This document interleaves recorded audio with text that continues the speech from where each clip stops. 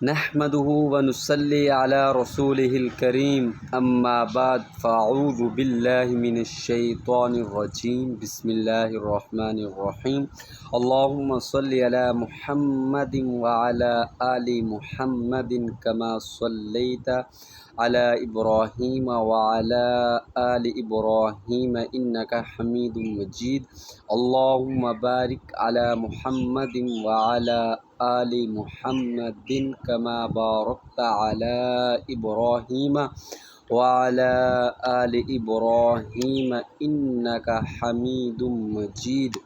سجدہ تلاوت کا بیان۔ سجدہ تلاوت کسے کہتے ہیں؟ تلاوت کے معنی پڑھنے کے ہیں۔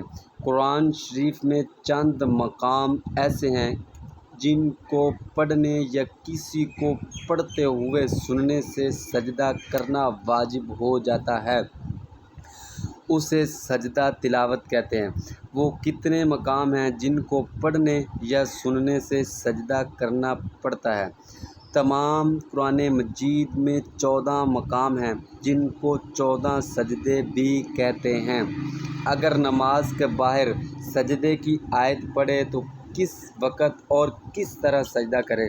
بہتر تو یہی ہے کہ جس وقت سجدے کی آیت پڑھی اسی وقت سجدہ کر لے، لیکن اس وقت نہ کیا جب بھی کوئی گناہ نہیں۔ ہاں، زیادہ تاخیر کرنا مکروہ ہے، اس کا گناہ تو نہیں ہے، لیکن اگر آپ اس میں زیادہ دیر کرو گے تو پھر آپ کو گناہ ہے۔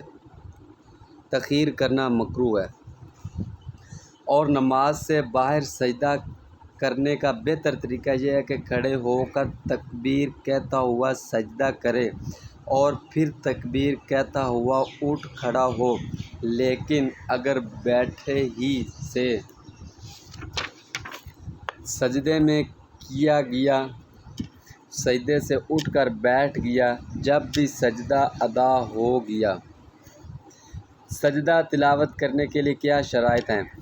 جو شرائط نماز کی ہے وہی سجدہ تلاوت کی ہے، یعنی بدن اور کپڑے اور جگہ کا پاک ہونا، سطر ڈھکنا، قبلے کی طرف منہ کرنا، سجدہ تلاوت کی نیت کر لینا۔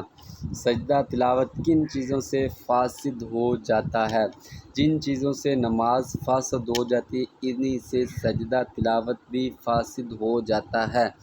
اگر سجدے کی آیت 2 یا زیادہ مرتبہ پڑھی جائے تو کیا حکم ہے؟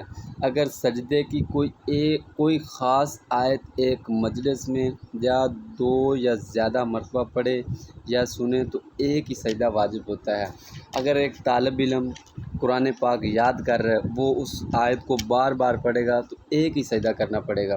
اگر کسی مجلس میں اس آیت کی تفسیر بتائی جا رہی ہے، اس آیت کو بار بار پڑھا جا رہا ہے تو اس کا ایک ہی صرف سجدہ کیا جائے گا۔ اگر ایک مجلس میں سجدے کی 2 آیتیں پڑھیں یا ایک آیت 2 مجلسوں میں پڑھی تو کیا حکم ہے؟ ایک مجلس میں جتنی مختلف سجدوں کی آیتیں پڑھیں یا ایک آیت جتنی مجلسوں میں مکرر پڑھی اتنے سجدے واجب ہوں گے۔ اگر آپ ایک آیت پڑھ رہے ہیں تو پھر آپ کو ایک سجدہ ہوگا۔ اگر مختلف سجدوں والی آیتوں کی باتیں ہو رہی ہیں یا ان آیت پڑھی جا رہی ہے یا آیت کی تفسیر بتائی جا رہی ہے، اگر مختلف آیتیں ہیں تو پھر جتنی آیتیں ہوں گی اتنے ہی سجدے واجب ہو جائیں گے۔ اگر کوئی شخص قرآن شریف کی تلاوت کرتے وقت آگے پیچھے سے پڑھ لے اور صرف آیت سجدہ چھوڑ دے تو کیسا ہے؟ ایسا کرنا مکروہ ہے۔ بعض لوگ ایسے ہوتے ہیں، وہ قرآن پاک تلاوت کر رہے ہوتے ہیں تو جہاں پر سجدے کی آیت آتی اس کو چھوڑ کے آگے والی آیت پہ چلے جاتے ہیں، کہتے ہیں اگر اس کو پڑھیں گے تو سجدہ ضروری ہوگا، سجدہ نہ کیا گناہ ہوگا۔ تو بھائی جب آپ قرآن مجید کو ورتل القرآن ترتیلا اس کو ترتیب سے پڑھ رہے ہو تو پھر بیچ میں کیوں چھوڑ رہے ہو؟ اس کو ترتیب سے پڑھیں۔ ایسا کرنا مکروہ ہے۔ اگر تلاوت کرنے والی ایسی جگہ تلاوت کر رہا ہے کہ وہاں اور لوگ بھی بیٹھے ہیں تو وہ سجدے کی آیت ایسا پڑھ لے کہ وہ لوگ نہ سنیں تو کیسا ہے؟ جائز ہے، بلکہ بہتر یہ ہے کہ آہستہ پڑھے۔